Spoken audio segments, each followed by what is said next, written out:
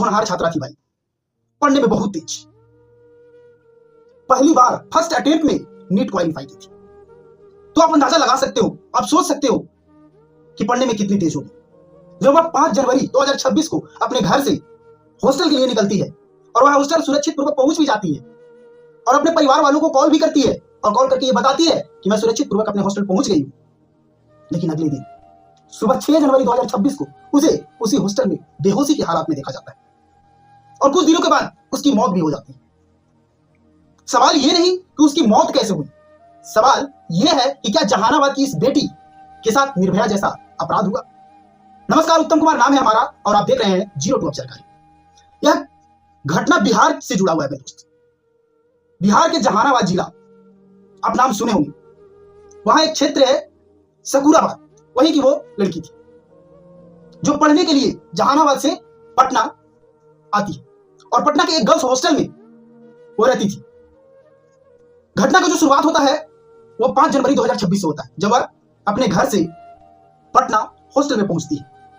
उस टाइम 5 जनवरी तक वो सही रहती है, 5 जनवरी तक उसे सही सलामत देखा जाता है। लेकिन 6 जनवरी को उनके पिता के पास कॉल जाता है और बोला जाता है कि आपकी बेटी बेहोश पड़ी हुई है। तो जैसे ही उनके पिता का ये खबर मिलता है तो ये तुरंत जो है सो हॉस्टल के केयर टेकर पास कॉल करते हैं और जब केयर टेकर के पास कॉल किया जाता है तो जो है केयर टेकर जो है उधर से केयर टेकर की तरफ से जो है हॉस्टल का जो केयर टेकर था उसके तरफ से जवाब आता है कि लड़की को जो है किसी क्लिनिक में एडमिट कर दिया गया, किसी क्लिनिक में जो है वो वहां पे जो है भर्ती कर दिया गया। जैसे ही ये बात सुनते हैं उनके घर वाले, लड़की के घर वाले, लड़की के पिताजी, जैसे ही इसकी बात सुनी जाती है कि लड़की को जो है हॉस्पिटल में एडमिट कर दिया गया है, वहां से भागते हुए उसके पिता और उसके परिवार के सदस्य, लड़की के और भी परिवार के जो सदस्य थे, वहां से जहानाबाद से भागते हुए पटना पहुंचते हैं और बेटी की हालत देख पिता जो है तुरंत, हालत जो था वो बेटी का पूरा नाजुक हो चुका था दोस्तों। मैं आगे सारा आपको विस्तार पूर्वक बताऊंगा कि आखिरकार ये लड़की के साथ में हुआ क्या। वीडियोस को लास्ट तक बने रहे आप, मैं हर पॉइंट पे आपके साथ में डिस्कस करूंगा। लड़की का हालात बहुत ही गंभीर था। इसी को देखते हुए उनके पिताजी ने जो है से पटना के बड़े हॉस्पिटल, प्रभात मेमोरियल हॉस्पिटल, जो पटना का बड़ा हॉस्पिटल में काउंट होता है, उसमें जो है उन्होंने एडमिट किया, भर्ती किया उसमें उस लड़की को। जब हॉस्पिटल में एडमिट किया जाता है तो उनके पिता को एक इंफॉर्मेशन मिलती है, सूचना मिलती है कि लड़की तो कोमा में थी और कुछ ही देरी बाद हॉस्पिटल के डॉक्टरों ने उसे मृत घोषित कर दिया। जब पिता अपनी बेटी को सबको देखी, जब डॉक्टर को द्वारा बोला गया कि आपकी बेटी अब इस दुनिया में नहीं रहे, तब पिता और लड़की के और भी जो सदस्य वहां पे मौजूद थे, उन्होंने जब लड़की के शव को देखा तो उनको यह एहसास हुआ कि मेरी बेटी आत्महत्या नहीं की है, मेरी बेटी कोई हादसा से नहीं मरी है, बल्कि इसके साथ में दुष्कर्म किया गया, इसके साथ में यौन हिंसा किया गया। और इस आशंका के आधार पर लड़की के पिता जो है वो सीधे थाना पहुंचते और थाना में एफआईआर दर्ज करवाते। यह घटना 9 जनवरी को जो है 9 जनवरी 2026 को जो है घटना एफआईआर जो है लड़की के पिता थाना पहुंचते हैं और वहां पे एफआईआर दर्ज करवाते हैं और एफआईआर में साफ लिखते हैं कि मेरी बेटी के साथ यौन हिंसा किया गया, गैंग रेप किया गया मेरी बेटी के साथ। और उन्होंने शरीर और सिर पर जो है गहरे चोट का भी जिक्र किया। और परिजनों का भी आरोप है। क्या है परिजनों का आरोप, आप ये वीडियो पे खुद देख सकते हैं। वहाँ से मम्मी पापा के साथ जहानाबाद आई है, जहानाबाद को 1:30 बजे ट्रेन धरी है, 3 बजे यहाँ उतरी है, जो कि रोशनी मैडम बोल रही है कि 3 बजे उतर कर गई है और 3:20 में उसका वहाँ रिपोर्टिंग टाइम भी है। सर उसके दरमियान क्या हुआ, रोशनी मैडम ये जवाब दे सकती है। वो हमसे पूछ रही थी कल परसों कि कितने बजे ट्रेन धरी है। मैडम हम बोले कि मैडम आप ही जांच कर लीजिए, 1:30 बजे धरी है। मम्मी पापा छोड़ने आए हैं, 5 को 9 बजे रात में पापा मम्मी से बात हुआ है खुशहाल पूर्वक। 10:30 तक उसके फ्रेंड से भी बात हुई है, 10:30 तक। सडनली 6 तारीख को शाम को 5 बजे, और भी प्रेजेंट तो नहीं, पापा को नहीं कॉल गया था, एक मैन आर्मी में थे वो रंजन कुमार, उनके द्वारा इन्फॉर्म किया गया कि आपकी बेटी बेहोश है। उनकी बेटी रहती थी वहीं शंभू हॉस्टल में, वही कॉल किए थे। 26 तारीख को गई थी सर, 26 दिसंबर को। कहाँ सर, ये तो बताने से पहले मम्मी लेकर गई थी यहाँ से। हाँ सर, मम्मी पापा यहीं से 4 से ले गए थे। मुझसे तकरीबन 16-17 दिन हो गए सर, 17 दिन, 1 महीने हो गए हम सब अप्रोक्स। हाँ सर, उसकी सहेली तो कंटिन्यू बात होती रहती थी सर, उससे हम पूछे भी क्या है उसके मतलब कोई फ्रेंड वगैरह, वो बोले कि नहीं भैया तो ऐसा नहीं था। हाँ उसी हॉस्टल में रहती थी। नहीं भैया ऐसा तो कुछ नहीं बोली, हाँ ये बोली कि ऊपर लड़का कुछ ये बोली थी, लेकिन उसके बारे में देखिए कोई लड़की सामने नहीं आकर बोलती है सर हम उसको। हाँ ऊपर जो ऑनर का जो ऑनर मकान जो मकान का ऑनर ऊपर ही रहता है।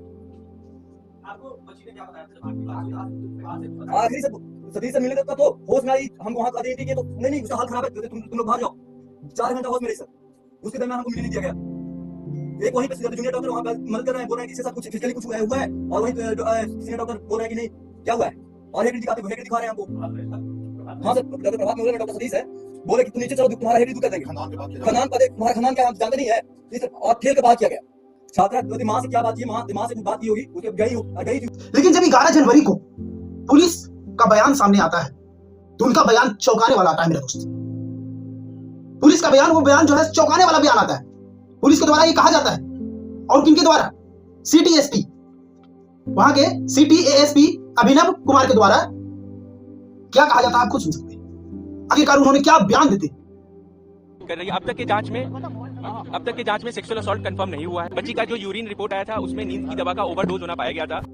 तो इस तरीका का जो है अभिनव कुमार के द्वारा बयान दिया गया कि लड़की जो है कोई यौन हिंसा से नहीं बल्कि नींद की गोली लेने से मरी, उसका डेथ हुआ, उसका मृत्यु हुआ नींद की गोली लेने से। यानी ओवरडोज का उस लड़की को शिकार बना दिया जाता है कि नींद की गोली का जो है वो आशिक थी, इसी कारण से उसका मौत हुआ है। लेकिन दोस्तों कहानी कुछ अलग है। जब पिता यौन हिंसा की आशंका जता रहे थे तो पुलिस इसे ओवरडोज कैसे मान लिया। लेकिन सवाल यहां पर यह उठता है कि जब एक पिता यौन हिंसा का आशंका जता रहा हो तो पुलिस इसे ओवरडोज कैसे मान लिया। जब पोस्टमार्टम रिपोर्ट आई ही नहीं थी तो पुलिस इतनी जल्दी निष्कर्ष पर कैसे पहुंच गई। आप किस आधार पर कह रहे हैं कि ये ओवरडोज है। आपको डॉक्टरों ने बताया ये ओवरडोज की शिकार है। तो लोगों में गुस्सा फूट पड़ता है और सबको लेकर के लड़की के परिवार वाले और वहां के स्थानीय लोग पटना के कारगिल चौक पर प्रदर्शन करने लगते हैं, क्योंकि सीधा आरोप लड़की के पिता का था और उनके परिजनों का था कि लड़की के साथ में यौन हिंसा किया गया, लड़की के साथ में दुष्कर्म किया गया, लड़की के साथ में गैंगरेप किया गया। लेकिन पुलिस, वही प्रशासन क्या कह रही है कि लड़की जो है वो नींद की गोली लेने की वजह से उसका मृत्यु हुआ। इसी बीच में जो है यहां टकराव हो गया, क्या चीज, जनता और प्रशासन के बीच। परिजन का आरोप सीधा है कि मेरी बेटी के साथ में गलत हुआ है, और प्रशासन क्या कह रही है कि नहीं बेटी, आपका बेटी जो है वो नींद की गोली की आदी थी, इसकी वजह से आपकी बेटी का मौत हुआ। इसी बीच में आंदोलन हुई, इसी बीच में प्रदर्शन हुआ, और जब प्रदर्शन हुआ तो वहां पे पुलिस पहुंची और उन पे लाठीचार्ज की, उनको पीटा, उनको मारा, उनको गालियां दी।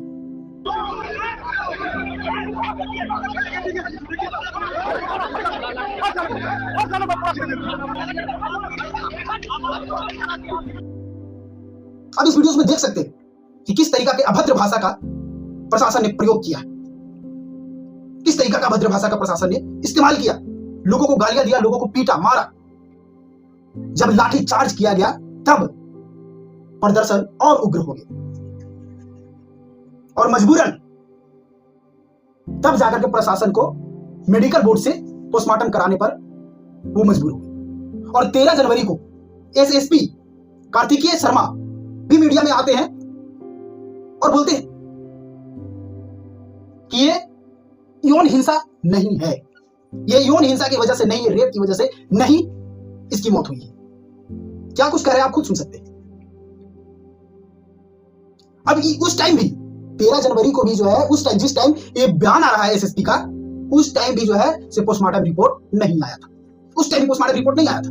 लेकिन फिर भी ये पटना प्रशासन ने बयान पे बयान दे रही है, सफाई पे सफाई दे रही है। आखिर ये पटना की प्रशासन और जनता पूछ रही है आपसे कितनी जल्दी, क्यों इतनी जल्दीबाजी, आखिर क्यों आप इतनी जल्दी निष्कर्ष पे कैसे पहुंच सकते हो। क्योंकि आपके पास पोस्टमार्टम का कोई रिपोर्ट नहीं, लेकिन फिर भी आप कह रहे हो कि लड़की का जो मौत हुआ है वो यौन हिंसा से नहीं हुआ है। गैंग रेप से नहीं हुआ है। आखिरकार आप इतने जल्दी निष्कर्ष पे कैसे पहुंच सकते हो? ये जनता की सवाल है और इसका आपको जवाब देना होगा। लेकिन 16 जनवरी को जो है वो फाइनली रिपोर्ट आता है, पोस्टमार्टम रिपोर्ट, और उसमें साफ लिखा हुआ है, पोस्टमार्टम रिपोर्ट जो 16 जनवरी को आता है उसमें साफ लिखा गया है कि sexual assault can not be ruled out, यानी कि यौन हिंसा की संभावना को इनकार नहीं किया जा सकता है। यह पोस्टमार्टम रिपोर्ट में साफ और साफ लिखा हुआ था मेरे दोस्तों। Sexual assault can not be ruled out, यौन हिंसा को इनकार नहीं किया जा सकता, यह पोस्टमार्टम रिपोर्ट में लिखा हुआ था। तब जाकर के पटना के प्रशासन का नींद उड़ा। तब जाकर के वो पटना के प्रशासन ने हॉस्टल के मालिक को गिरफ्तार किया। हॉस्टल के मालिक मनीष कुमार रंजन को गिरफ्तार किया। तब जब पोस्टमार्टम रिपोर्ट आया तब, और उसमें साफ साफ वो लिख दिया गया कि यौन हिंसा को इनकार नहीं किया जा सकता, तब जाकर के प्रशासन जो है, पटना के प्रशासन जो है, हॉस्टल के मालिक को गिरफ्तार कर रही है, मनीष कुमार रंजन को, और रिपोर्ट को फाइनल राय के लिए एम्स भेज दिया जाता है। उस हॉस्पिटल के मालिक और पटना के प्रशासन और प्रभात मेमोरियल हॉस्पिटल के डॉक्टरों से, मैनेजमेंट से है कि अगर लड़की अपने कमरे में बेहोश थी तो उस कैमरे को दरवाजा किसने और कब खोला? यह जनता का सवाल है और आपको जवाब देना होगा और आपको जवाब देना पड़ेगा इसका कि अगर लड़की का कमरा बंद था, वो अपने कमरे में बेहोश हालत में पड़ी हुई थी, तो उसके कमरे का दरवाजा आखिर खोला कौन, और खोला तो कब खोला? और इतनी बड़ी घटना के बाद पुलिस को सूचना क्यों नहीं दी जाती? अगर आपके हॉस्टल में इतना बड़ा घटना होता है, इतना बड़ा घटना का अंजाम दिया जाता है, तो आप पुलिस को इंफॉर्मेशन क्यों नहीं की? और पुलिस को इंफॉर्मेशन ना करके आप उनके लड़की के परिवार वाले को इंफॉर्मेशन दे रहे हो। आखिर लड़की के परिवार वाले को इंफॉर्मेशन क्यों दी गई और पुलिस को सूचना क्यों नहीं दी गई? ये जनता पूछ रही है। और सवाल उस अस्पताल से है कि जो लड़की 5 जनवरी को पूरी तरह से ठीक थी, वो 6 जनवरी को सीधे कोमा में कैसे चली गई? मैं अभी फिट एंड फाइन हूं, क्या मैं अगले दिन कोमा में चला जाऊंगा? आखिर हाउ इट पॉसिबल, ये कैसे संभव है? इसका जवाब चाहिए प्रभात मेमोरियल हॉस्पिटल के डॉक्टरों से। अब 2 जवाब, और आपको जवाब देना पड़ेगा। और सवाल उस प्रशासन से है कि पिता की एफआईआर में रेप की आशंका थी, फिर भी पुलिस ने इसे नींद की दवा का ओवरडोज कैसे मान लिया? पिता जो है अपने एफआईआर में साफ लिखते हैं कि मेरी बेटी के साथ में यौन हिंसा किया गया है, मेरी बेटी के साथ में रेप किया गया है। वो प्रमाणित भी देते हैं कि मेरी बेटी के जो है वो सिर पर गहरी चोट के निशान है, उसके गला में निशान है, उसके और शरीर के पार्ट्स में इधर उधर निशान है। तो आप इस बात को कैसे इनकार कर सकते हैं और ओवरडोज का हवाला आप कैसे दे सकते हैं? किस आधार पर? ये जनता आपसे पूछ रही है, पटना के उस प्रशासन से पूछ रही है। और सबसे बड़ी सवाल उसी प्रशासन से कि जब पोस्टमार्टम रिपोर्ट आई ही नहीं थी तो पुलिस की इतनी जल्दी क्यों थी कि वो निष्कर्ष पर पहुंच जाए और सीधे वो बयानबाजी करने लगे, वो सीधे बयान देने लगे कि लड़की का मौत जो हुआ है वो नींद की गोली लेने से हुआ है। आखिर पटना के प्रशासन के इतना जल्दी क्यों? इसका जवाब आपसे पूरी देश और पूरी बिहार की जनता और पूरा देश मांग रहा है। इसका आप जवाब दो। आखिर इस इतनी जल्दीबाजी क्यों? आप यह सिर्फ एक लड़की की मौत नहीं, यह सिस्टम पर लगा वो सवाल जो सच्चाई से पहले निष्कर्ष पर पहुंच जाता है। यह उस समाज पर तमाचा है जहां एक पिता को अपनी बेटी के न्याय के लिए सड़क पर उतरना पड़ता है। वह बेटी अब लौट कर तो नहीं आएगी, लेकिन उसके पीछे रह गए उसके अधूरे सपने, उसकी मां की सुनी आंखें और पिता का टूटा हुआ भरोसा। कौन इसका भरपाई करेगा? भरपाई करने वाले तो आज घुसखोर हो चुके हैं, भरपाई करने वाले तो आज भ्रष्ट हो चुके हैं। कौन करेगा इसका भरपाई? अगर यह आत्महत्या थी तो सच सामने क्यों नहीं आया? अगर यह आत्महत्या थी तो आखिर में सच सामने क्यों नहीं आया? अगर यह हादसा था तो सवालों से डर क्यों? अगर यह अपराध था तो उसे दबाने की कोशिश क्यों की गई?